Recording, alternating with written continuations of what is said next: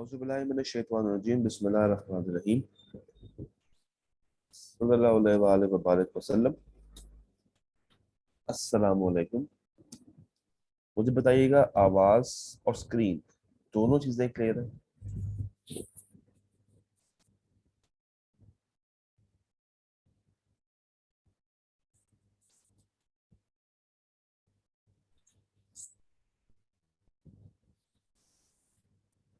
जी, आवाज and screen.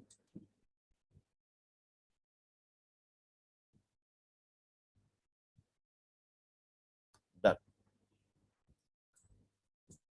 तो last time we discussed about minor, जिसको हमने पार्टनरशिप में ऐड किया था बतौर बेनिफिशियरी।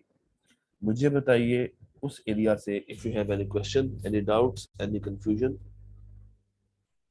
कल क्लास के बाद 3-4 सवाल आए थे ग्रुप में।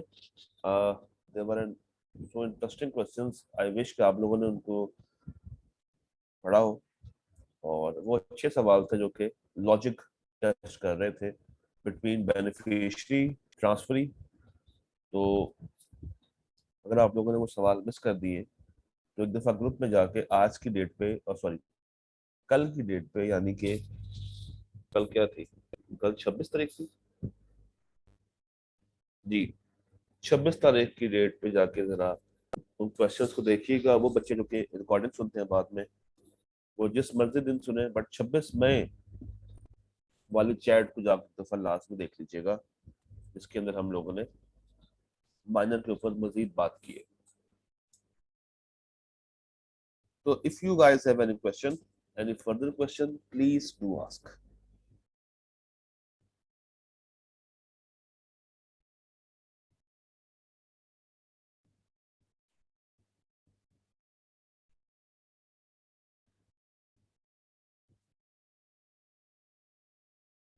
जी, एक पार्टी को तो ऑल क्लियर है, बाकियों को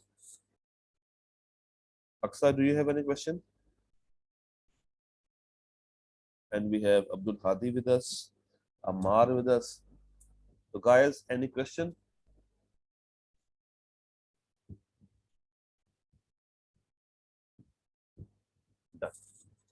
अमार,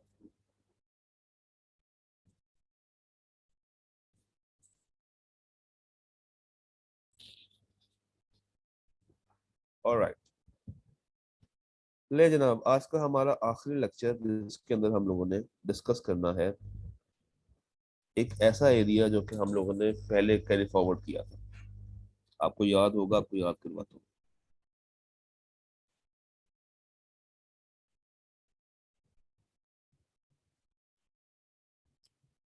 हम लोगों ने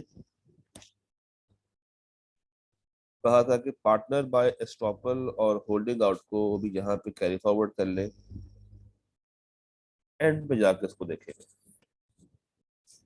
तो जैसे हम लोगों ने पिछले अपने कैरी फॉरवर्ड एरियाज को खत्म किया, आज इस टॉपिक को खत्म करेंगे, और जिसके साथ हमारा पार्टनरशिप का पूरा जो टारगेट है वो कंप्लीट हो जाएगा।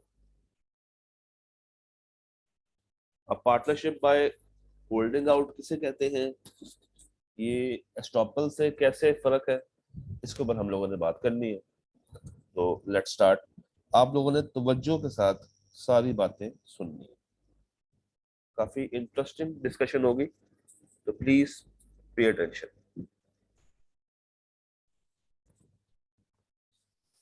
मैं शुरू करता हूँ उस चीज से जिसके बारे में थोड़ी सी आपको नॉलेज पहले से है, दैट इज पार्टनरशिप या पार्टनर बाय एस्टॉपल।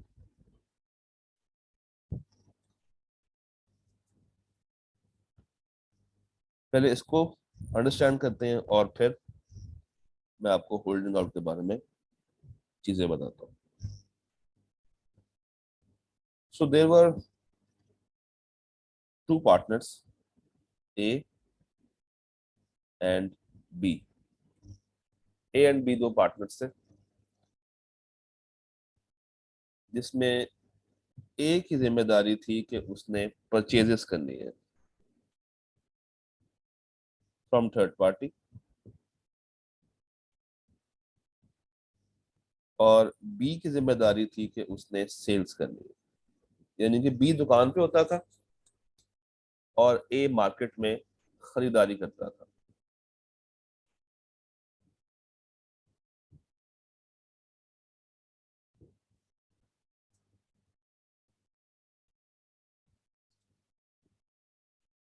ये दोनों एक दिन मिले और इन्होंने मार्केट विजिट किया। ये एक सप्लायर के पास गए जो कि कपड़ा बेचता था, रॉ कपड़ा।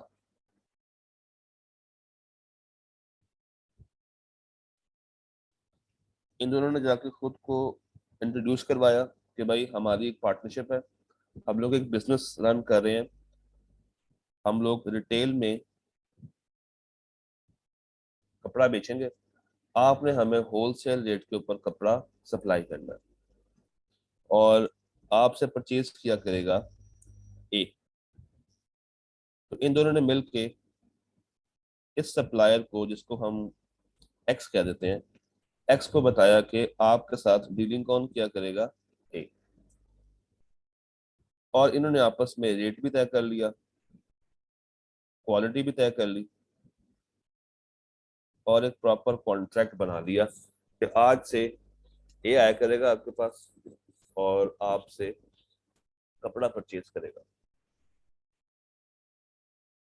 और ये कपड़ा परचेज होगा क्रेडिट पे और कुछ कैश पे, बट मोस्टली क्रेडिट के ऊपर ये ट्रांजेक्शन होंगी और हम आपको महीने के बाद वन गो में पेमेंट कर दिया करेंगे। तो पेमेंट टर्म्स तय हो गई।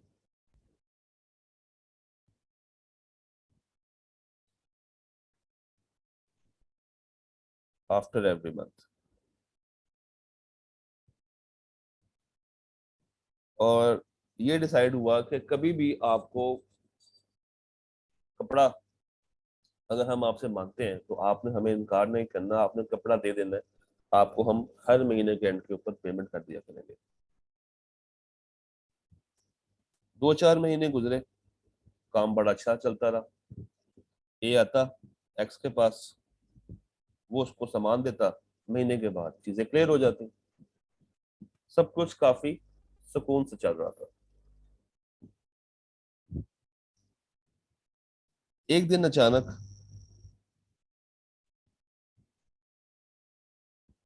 मेरी आवाज क्लियर है? आवाज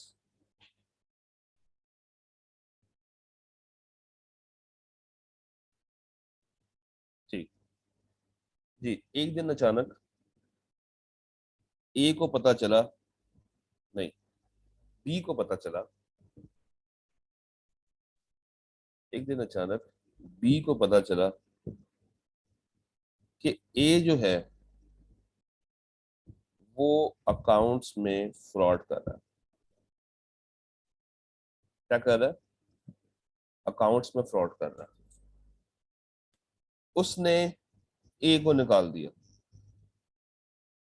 ए को पार्टनरशिप से निकाल दिया।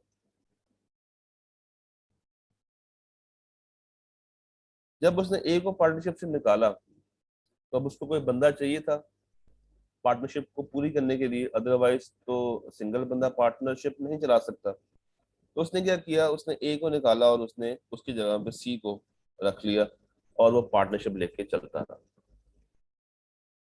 ए को निकाला, सी को रख लिया और पार्टनरशिप लेके चलता रहा।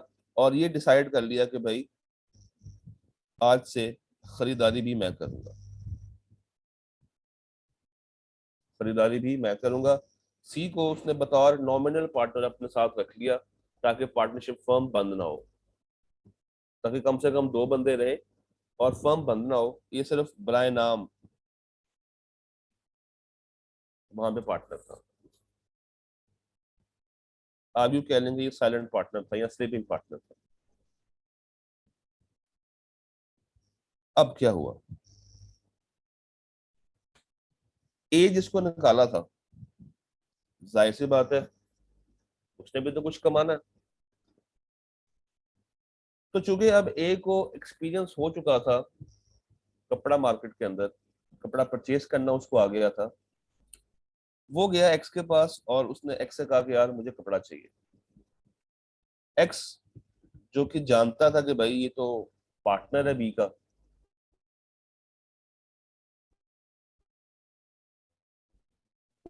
उसने उसी नॉर्मल अंदाज, ए को पता था,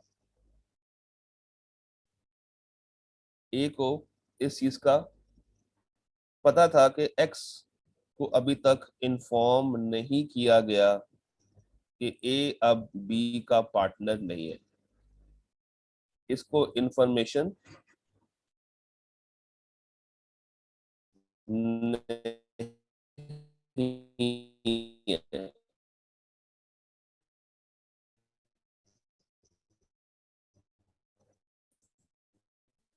कि अब ये दोनों पार्टनर नहीं, एक्स ए को पार्टनर बी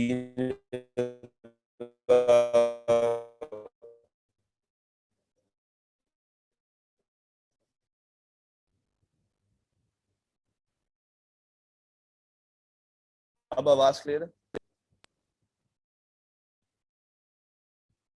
अब आवाज क्लियर हो गई? ओके।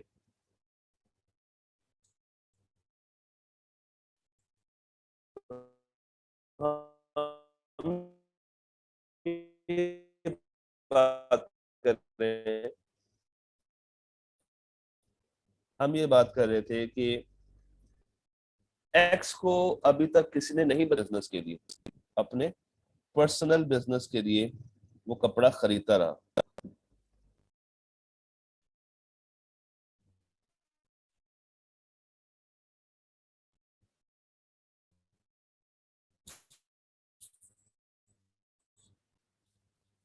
जी अब आवाज क्लियर होगी? जी मुझे बताइए, अब आवाज क्लियर है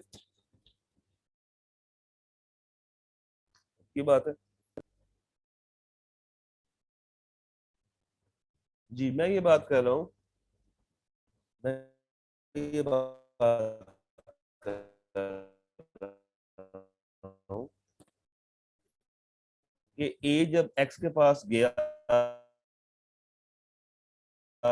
अपने पर्सनल बिजनेस के लिए कपड़ा खरीदने, तो एक्स ने मना नहीं किया क्योंकि उसको ए और बी आपस में पार्टनर है, और जैसे उसको हर मंथ के एंड पे पैसे मिल जाते हैं।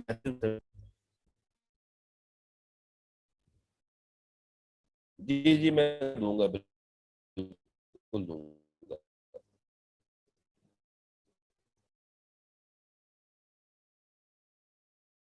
अभी मैं ये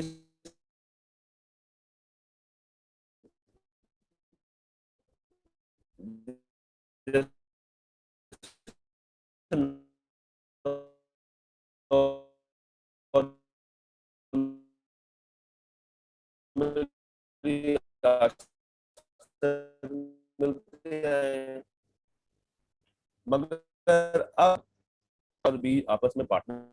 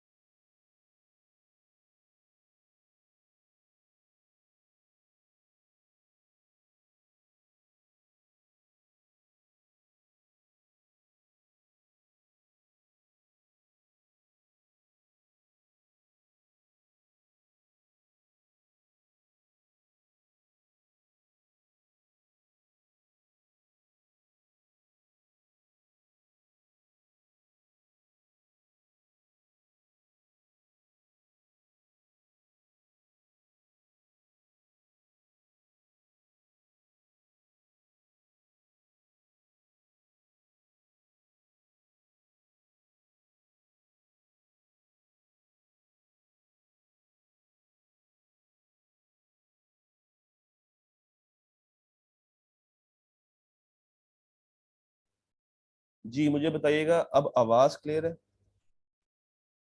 नेट आज जो है वो बहुत तंग कर रहा है, इसी वजह से मैंने कैमरा भी ऑन नहीं किया। आवाज क्लियर है? ठीक है। कहानी को दोबारा से स्टार्ट करते हैं। आपको ओवरव्यू देता हूं ताकि अगर आवाज का कभी मसला आया भी तो वो चीजें कवर हो जाए। दोबारा से सुनते हैं। ए और बी आपस में पार्टनर है। ए की जिम्मेदारी थी कि उसने करनी है परचेजेस, और बी की जिम्मेदारी थी कि उसने सेल्स में पार्ट लेना है। इन दोनों ने अपनी अपनी स्पेसिफिक जिम्मेदारियां तय कर ली। ये दोनों डे वन पे एक कपड़ों वाली मार्केट में गए और वहां पे इनकी मुलाकात हुई एक्स के साथ, जो कि होलसेलर था। और इन दोनों ने कहा कि भाई आज से ए तुम्हारे पास आया करेगा कपड़ा परचेज करने के लिए, तो आपने इसको कपड़ा दे देना ही जितना भी मांगे, और मंथ एंड के ऊपर हम आपसे हिसाब किताब कर लिया करेंगे। जितना आपके पैसे होंगे हम आपको मंथ एंड पे क्लियर कर देंगे। बस आपने कपड़े की सप्लाई नहीं रोकनी।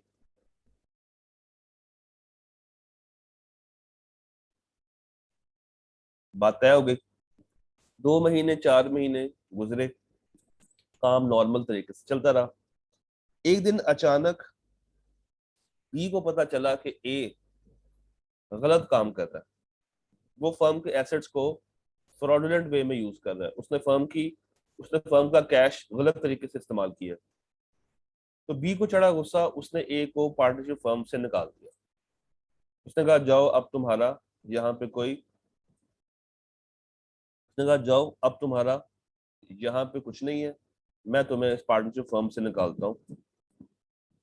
अब उसको निकालने के बाद वो बेचारा हो गया परेशान कि भाई सिंगल बंदा तो पार्टनर नहीं बन सकता। तो उसने क्या किया, उसने ब्राय नाम या स्लीपिंग पार्टनर सी को ऐड कर लिया, जिससे वो 2 की लिमिट मेंटेन होगी वापस।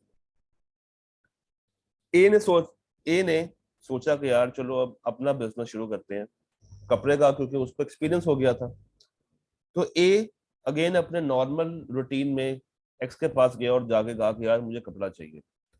एक्स को तो पता ही नहीं था कि ए और बी में आपस में अब क्या ट्रांजैक्शन चल रही है। तो एक्स ने अपने उसी नॉर्मल अंदाज में कपड़ा निकाल के ए को दे दिया। मंथ एंड के ऊपर एक्स बिल लेके पहुंचा पार्टनरशिप फर्म, तो उसको बी नजर आया। उसने बी से कहा यार वो पैसे। बी ने कहा कौन से पैसे। उसने कहा वो पूरे महीने वो ए आया था, उसने मेरे से कपड़ा लिया। तो बी ने कहा यार ए तो अब हमारा पार्टनर नहीं है, महीना पहले उसको मैंने निकाल दिया था पार्टनरशिप से। तो एक्स आगे से क्या कहेगा। एक्स आगे से कहेगा कि भाई मुझे किसने बताना था। मुझे किसने बताना था कि अब वो तुम्हारी पार्टनरशिप का हिस्सा नहीं है। मुझे तो मेरा पैसा चाहिए, आई वॉन्ट माई मनी। तो इस केस में मुझे बताइए, नोटिस किसको देना चाहिए था, एक्स को, ए को या बी को। मुंह फूटे से खुद नहीं लेके आती। यार ये माइक माइक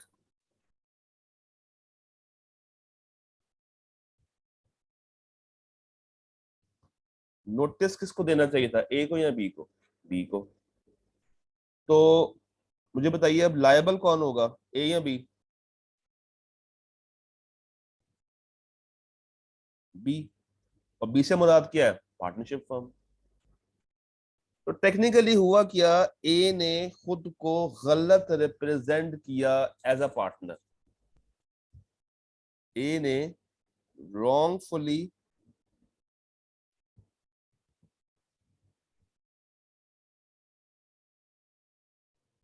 wrongfully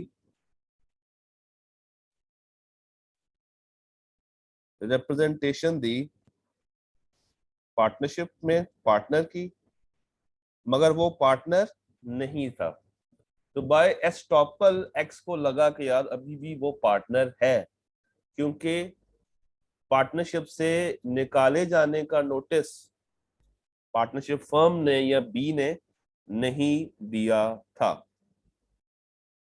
ये ए अब कहलाएगा पार्टनर बाय एस्टॉपल। ए अब कौन है, पार्टनर बाय एस्टॉपल। और लाइबिलिटी किस पे आई है, बी पे, या इन अदर वर्ड्स उस पूरी की पूरी पार्टनरशिप फर्म पे। अगर आपको एजेंसी के टॉपिक में वो पप्पू दुकानदार और अब्बा जी वाली मिसाल याद है, तो ये मैंने उसी का एक रेप्लिका वर्जन क्रिएट किया था। वो एजेंसी बाय एस्टॉपल था, ये पार्टनरशिप बाय एस्टॉपल है या पार्टनर बाय एस्टॉपल है। ये बात क्लियर है?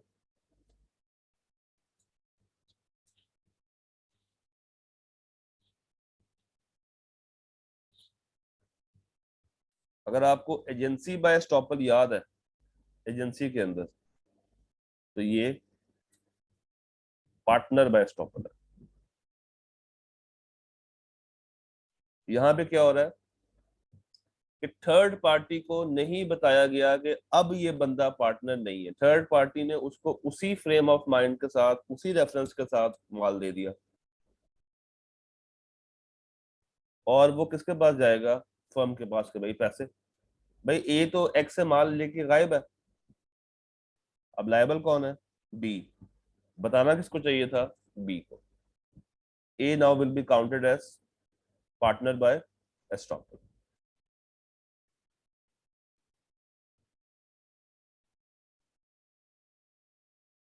अगर आपको पार्टनरशिप बाय एस्टॉपल याद है या समझ आ गया है, तो आइए अब चलते हैं होल्डिंग आउट के कॉन्सेप्ट पे, जो कि इसी से मिलता जुलता है मगर डिफरेंस अब आपको समझ आएगा।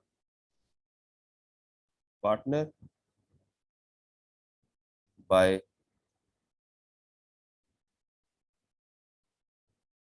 होल्डिंग आउट, ये क्या है?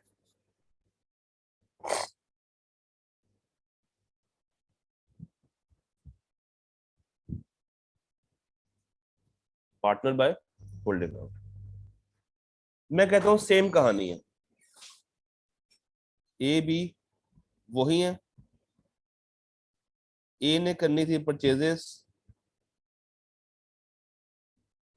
बी ने सेल्स करनी थी, ये एक्स सप्लायर, सब कुछ वही है,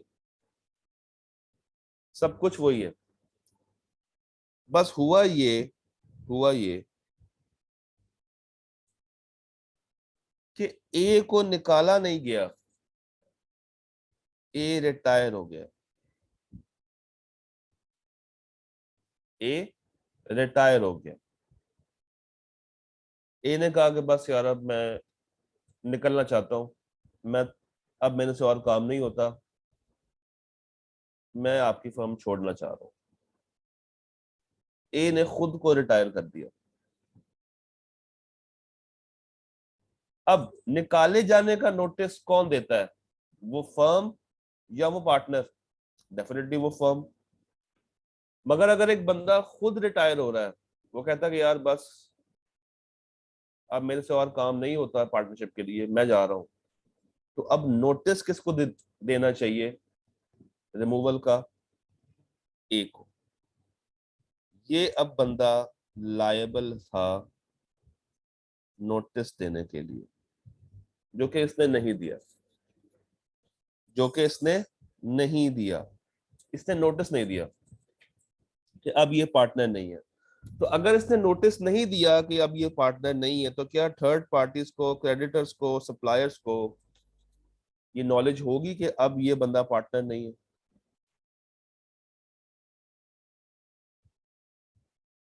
if there is no notice, then जो थर्ड पार्टीज हैं वो अभी भी यही अज्यूम करेंगे इसको देख के कि भाई ये पार्टनर है।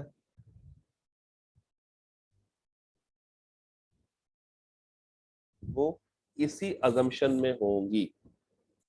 अब अगर ये बंदा एक्स के पास जाए और उससे सामान ले, तो अब फर्म लायबल नहीं है, अब फर्म इज नॉट लायबल। अब अगर ये बंदा फर्म में आके यानी कि बी के पास आके क्लेम करेगा भाई पैसे दो, तो बी कहेगा भाई ए से राब्ता करो, अब वो हमारे में नहीं है, उसने अपने आप को रिटायर किया था, उसका काम था नोटिस देना, हमारा काम नहीं था। This is partner by holding out,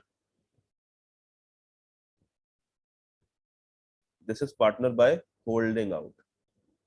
यहां तक क्लियर है? तो मैं आपको एक और मिसाल दूं।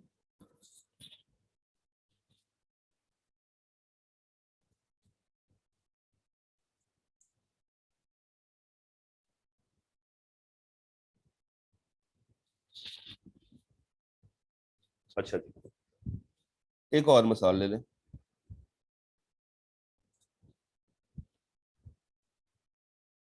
लेट्स सपोज अक्सा, अलीशा, अम्मार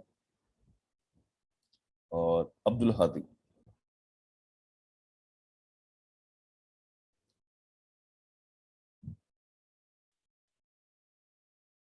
एक दिन अचानक से इनको शौक चढ़ा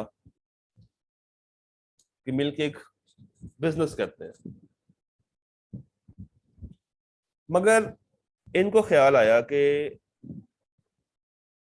इनको तो मार्केट में जानता ही कोई नहीं, इनकी तो रेपुटेशन के बारे में किसी को पता ही नहीं। इवन अगर ये बैंक से लोन लेने भी जाएंगे तो बैंक इनको लोन नहीं देगा, क्योंकि ये मार्केट में बिल्कुल न्यू प्लेयर्स हैं। तो इन्होंने क्या किया, इन्होंने अपने ब्रोशर पे मेरे से इजाजत लेके मेरा नाम डाल दिया और दुनिया को ये शो किया कि हम 4 नहीं 5 पार्टनर्स हैं। हम 4 नहीं 5 पार्टनर्स हैं।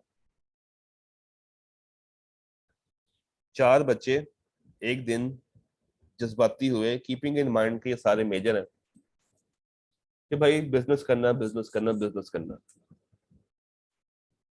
उन्होंने मार्केट सर्च किया, लोगों के पास गए, क्रेडिट के ऊपर माल परचेज करने के लिए लोगों ने उनको रिफ्यूज कर दिया कि भाई हम तुम्हें नहीं जानते, हम आपको माल नहीं देंगे, आप हमारे लिए क्रेडिबल नहीं हो, आप हमारे लिए क्रेडिबल नहीं हो। ये काफी परेशान हुए और मेरे पास आए कि सर, हम लोगों ने बिजनेस शुरू करना था, मगर हमें कोई माल दे नहीं रहा, कोई पैसे दे नहीं रहा, तो क्या अगर हम आपका नाम अपने ब्रोशर पे डाल लें तो आपको कोई इससे एतराज तो नहीं? मैंने कहा नहीं, आप डाल लें। उन्होंने क्या किया, मुझे एज अ पार्टनर रिप्रेजेंट किया, मुझे एज अ पार्टनर रिप्रेजेंट किया। अब मेरे आपसे कुछ सवाल है। क्या पार्टनरशिप डीड पे मेरा नाम है?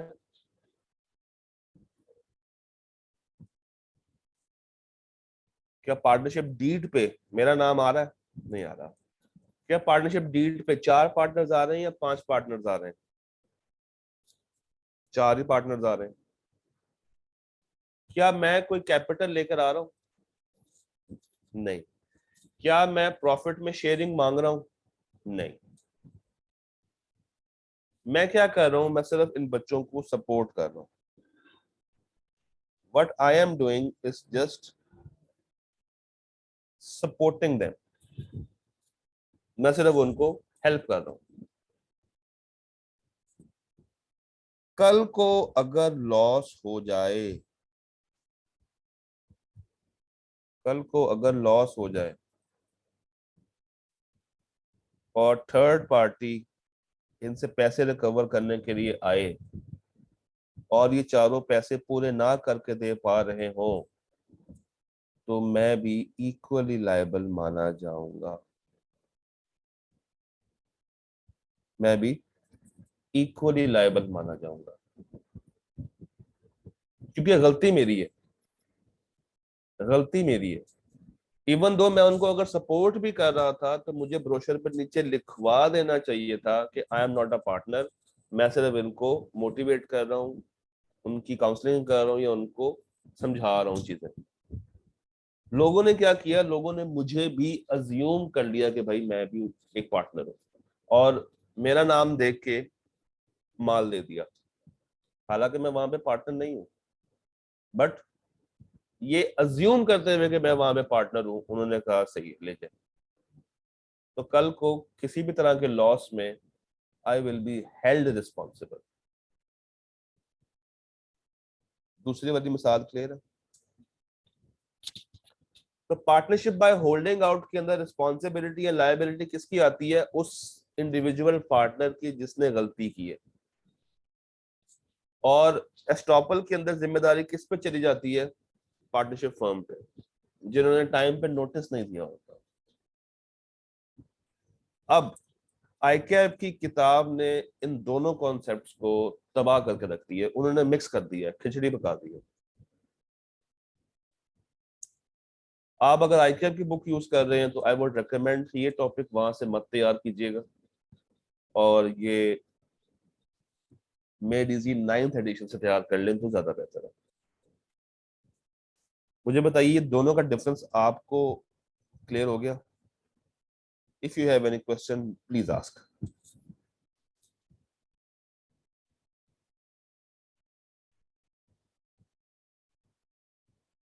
अक्सर बच्चों को ये डिफरेंस समझ नहीं आता कि होल्डिंग आउट में और स्टॉपल में क्या फर्क है। लोग इसको एक ही अज्यूम करते रहते हैं। ये एक नहीं है, दो अलग अलग कॉन्सेप्ट्स हैं, अलग अलग डायमेंशन हैं। फर्क कहाँ पे आ जाता है कि पब्लिक को इन्फॉर्म गलत कौन कर रहा है और लाइबिलिटी किस पे फॉल कर जाती है। चलिए मैं एक और मिसाल देता हूँ, मुझे आपने बताना ये स्टॉपल है या होल्डिंग आउट है। Let's test you guys. यहाँ पे छोटी सी करके एक मिसाल देता हूँ। ए, बी और सी एक पार्टनरशिप फर्म रन कर रहे थे जो कि काफी मकबूल थी। लोगों को इसके बारे में पता था, काफी अच्छा बिजनेस करते थे। ये मैं हूं और ये मेरा दोस्त है। इस मेरे दोस्त को एक बहुत ही बुरी आदत है, वो शोखी बहुत मारता है, शेखी बहुत मारता है। वो जब भी मेरे साथ होता तो अपने आप को रिप्रेजेंट करवाता कि भाई वो इस फर्म का पार्टनर है, स्लीपिंग पार्टनर है या साइलेंट पार्टनर है, मगर पार्टनर है। एक्चुअली में वो पार्टनर नहीं है, मगर खुद को रिप्रेजेंट करवाता था कि मैं इसका पार्टनर हूं।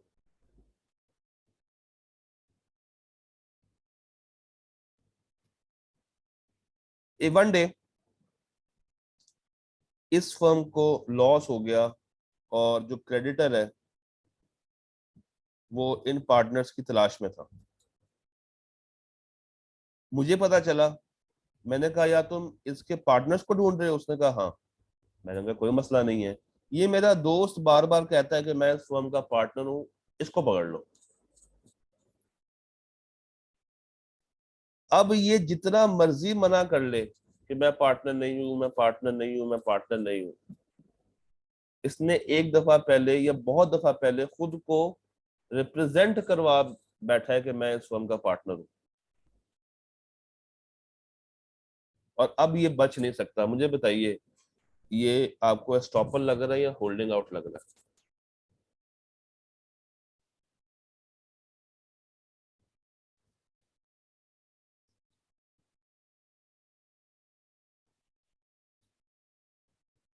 ये होल्डिंग आउट है। इसकी एक आसान सी पहचान ये भी होती है कि लायबिलिटी अगर तो उस अकेले पार्टनर पे फॉल कर रही है ना तो वो होल्डिंग आउट है, और अगर फर्म की तरफ लायबिलिटी जा रही है तो फिर वो एस्टॉपल है। तो फिर आइए देखते हैं कि आईकैप की किताब में या हमारी किताब में उसको कैसे एक्सप्लेन किया गया है। अंग्रेजी चेक कर लेते हैं। अ पर्सन यानी कि वो शख्स हु एक्सप्रेसली या इम्प्लाइडली रिप्रेजेंट करे अपने आप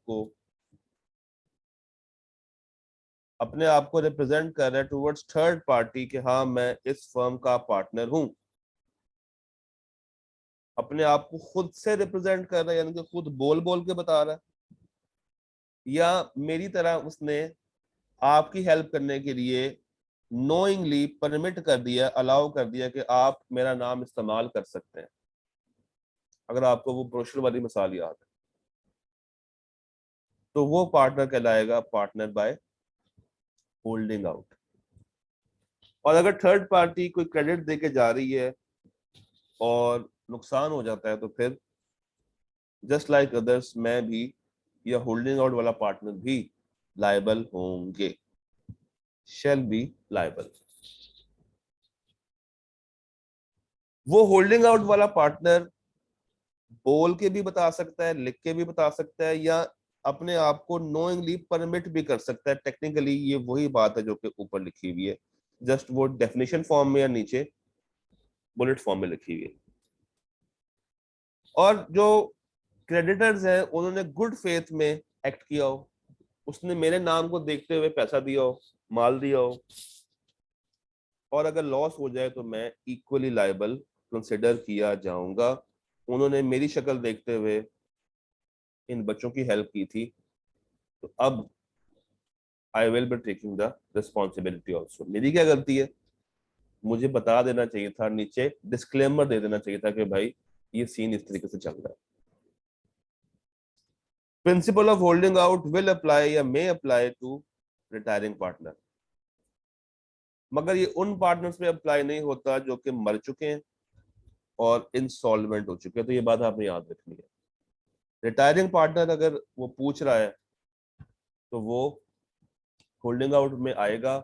डिसीज्ड पार्टनर या इंसॉल्वेंट पार्टनर नहीं आ सकता, क्योंकि अगर एक शख्स जिंदा ही नहीं है तो वो खुद को रिप्रेजेंट भी नहीं कर रहा होगा। अगर वो शख्स मर चुका है या उसको निकाल दिया गया है या वो इंसॉल्वेंट है तो फिर वो एस्टॉपल की तरफ चला जाएगा, होल्डिंग आउट में नहीं आएगा। ये बात याद रखनी है। तो होल्डिंग आउट में सिर्फ रिटायरमेंट वाला पार्टनर आ सकता है।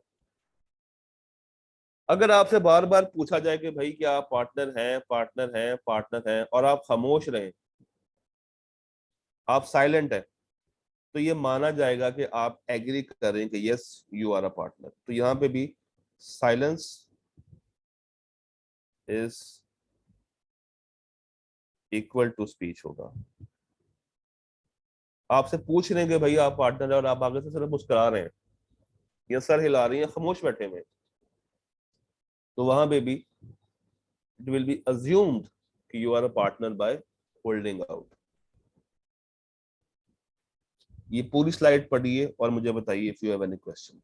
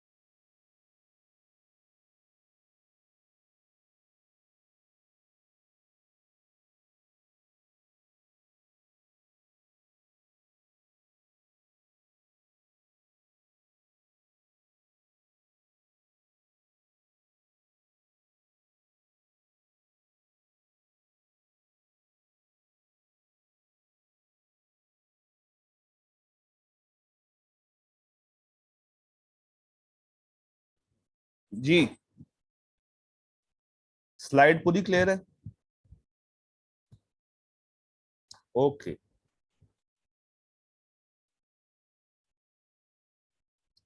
अब एस्टॉपल क्या है? एस्टॉपल के केस में आपको पता है कि जिम्मेदारी किस पे आती है? फर्म के ऊपर, यानी कि प्रिंसिपल के ऊपर। जिसने रिप्रेजेंटेशन दी हुई थी थर्ड पार्टी को जाके कि भाई ये मेरा पार्टनर है, इसको सामान दे दिया करो, उसने उसको अपना एजेंट बनाया हुआ था। तो अब बताने की जिम्मेदारी किसकी है? उसी पार्टनर की या फर्म की। तो अगर नहीं बताया और उससे अथॉरिटी ले ली गई सब्सिक्वेंटली, और थर्ड पार्टी को अभी तक कोई इंफॉर्मेशन नहीं है इस बारे में, तो अब जिम्मेदारी उस फर्म की है, ना कि इंडिविजुअल पार्टनर की है। और होल्डिंग आउट के केस में जिम्मेदारी उस इंडिविजुअल बंदे पे आयद हो जाती है बाकियों के साथ। ये डिफरेंस है बिटवीन एस्टॉपल। तो एक दफा इसको भी गो थ्रू कर लें।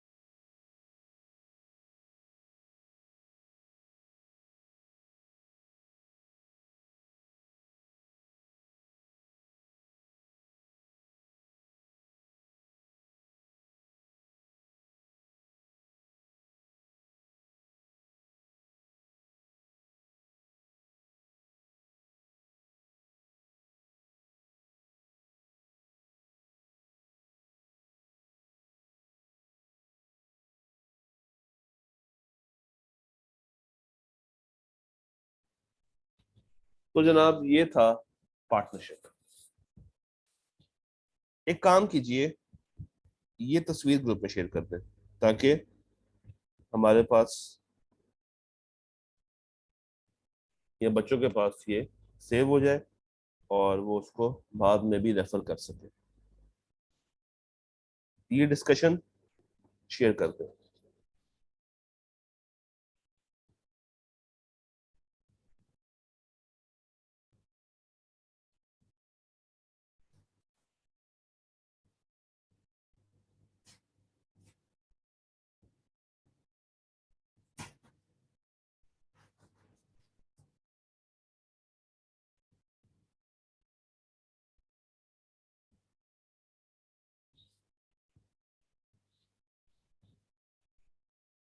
तो हमारा पार्टनरशिप खत्म होता है। 3 चैप्टर्स 11, 12, 13 हम लोगों ने पूरे किए अल्हम्दुलिल्लाह। कल के बारे में एक छोटी सी अनाउंसमेंट है, कल क्लास हमारी लाइव नहीं होगी और जो उसके पास्ट पेपर्स हैं वो मैं आपको रिकॉर्डेड फॉर्म में अवेलेबल करवा दूंगा। तो कल हम लोग लाइव क्लास में नहीं आ रहे। जो पास्ट पेपर्स चैप्टर नंबर 13 के, वो रिकॉर्डेड वीडियो आपको अवेलेबल हो जाएगी पोर्टल पे। स्टिल कोई मसला परेशानी हो तो व्हाट्सएप ग्रुप आपके पास हमेशा से ओपन है, आप वहां पे चीजें साथ साथ पूछ सकते हैं। ये बात क्लियर है? तो फिर मैं नेक्स्ट बात करूँ।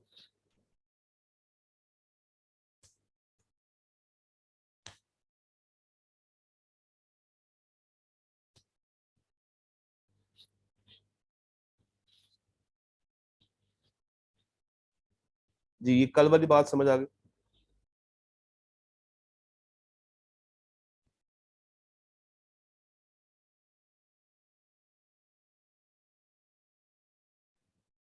ठीक। अगली बात, नेक्स्ट वीक में हम लोग जो एरियाज को अनफोल्ड कर रहे होंगे वो 2 चैप्टर्स होंगे, चैप्टर नंबर 18 और चैप्टर नंबर 17, यानी कि 18वां चैप्टर और 17वां चैप्टर। अब जो हमारा सिलेबस रह गया है, हमारे पास पेंडिंग में है नेगोशिएबल इंस्ट्रूमेंट्स, यानी कि चैप्टर नंबर 14, 15। उसके बाद 4 चैप्टर्स हैं प्योर क्रैमिंग, चैप्टर 1, 16, 17 और 18।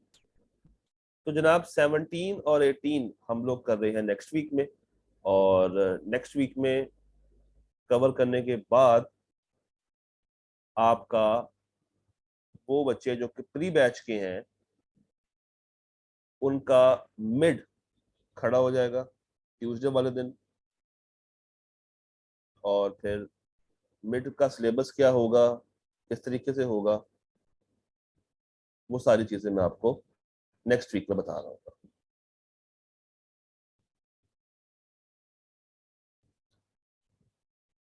मिड वही ट्यूसडे वाले दिन, जिस तरीके से आपके नॉर्मल टेस्ट होते हैं। मार्क्स होंगे 100, दिन होगा ट्यूसडे। वो जिस तरीके से नॉर्मल आपका टेस्टिंग चल रही है ना, वो वैसे ही होगा।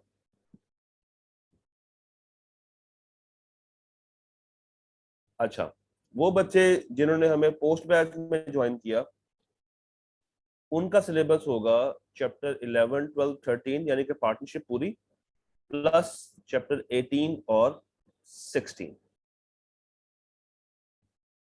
तो नेक्स्ट वीक में जो एक हमारा नॉर्मल टेस्ट है वो 12वां 13वां तो है ही, मैं उससे नेक्स्ट वीक की बात कर रहा हूँ। उससे नेक्स्ट वीक में जब आपका मिड आएगा, तो जितना अभी तक हम लोगों ने पढ़ा है वो सारा का सारा टेस्ट होगा। जितना प्री बैच ने पढ़ा है वो सारा, और जितना पोस्ट बैच ने पढ़ा है वो सारा का सारा।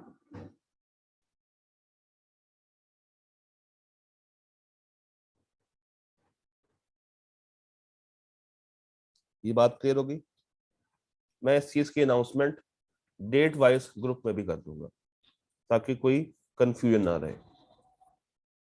मगर नेक्स्ट वीक में जो ट्यूसडे आ रहा है, चैप्टर 12 और 13, वो 30 या 40 मार्क्स का टेस्ट होगा। जस्ट लाइक अभी तक आपके 7-8 टेस्ट हो चुके हैं, तो वो वैसे ही चलेगा। उससे नेक्स्ट वीक में हमारा मिड है। 100 मार्क्स का।